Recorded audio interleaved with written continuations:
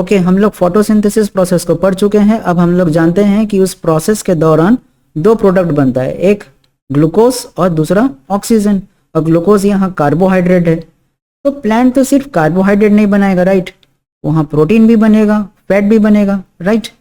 तो अब हम लोग थोड़ा सा प्रोटीन और नाइट्रोजन के बारे में इंफॉर्मेशन जानेंगे यहाँ, क्योंकि क्लास 7 है, पूरा डिटेल तो नहीं होगा, थोड़ा सा। तो टॉपिक है synthesis of plant food other than carbohydrates. तो कार्बोहाइड्रेट के अलावा दूसरा कंपोनेंट ऑफ फूड का फॉर्मेशन, ठीक है। Plants synthesis carbohydrate through photosynthesis, ये तो हम लोग पहले ही देख चुके हैं।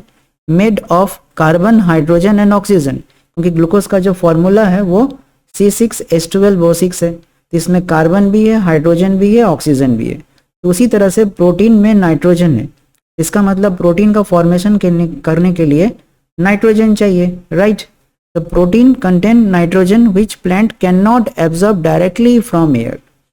ये इंटरेस्टिंग है, इसी के बारे में हम लोग को जानना है कि जो नाइट्रोजन चाहिए, तो नाइट्रोजन तो एयर में बहुत ज़्यादा मात्रा में है, तो ये डायरेक्ट एब्जॉर्ब नहीं कर पाता है प्लांट, तो कैसे करेगा। How do plants obtain nitrogen, interesting है।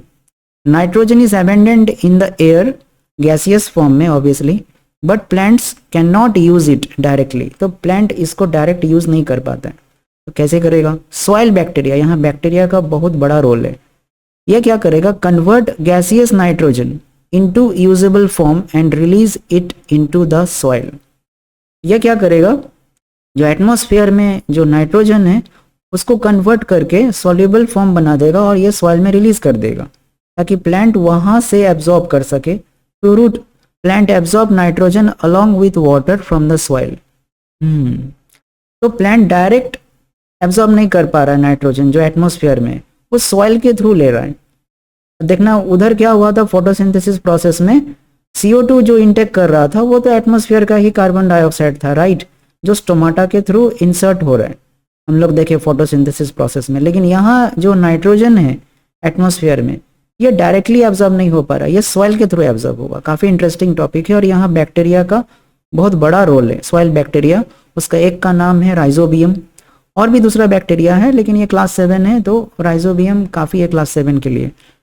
मतलब जो बैक्टीरिया है जो कन्वर्ट करता है, ठीक है, इसको नाइट्रोजन को, मतलब जो गैसियस नाइट्रोजन है उसको सॉल्युबल फॉर्म में कन्वर्ट कर रहा है और उसको सॉइल में रिलीज कर रहा है, राइट। तो बहुत बड़ा इसका रोल है बैक्टीरिया का। तो इस तरह करके प्लांट के पास नाइट्रोजन पहुंच रहा है, ओके, सॉइल के थ्रू।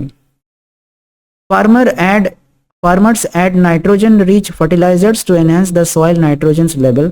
कभी कभी अगर नाइट्रोजन घट जाता है क्योंकि सॉइल के थ्रू इनटेक हो रहे हैं, तो सॉइल में नाइट्रोजन कंटेंट कम होगा, तो फार्मर कभी कभी फर्टिलाइजर्स प्रोवाइड करता है, मतलब नाइट्रोजन रिच, ताकि नाइट्रोजन लेवल बरकरार हो सके, मतलब लेवल वहाँ रहे ताकि उसको लगातार वो एब्जॉर्ब करता रहे, ठीक है।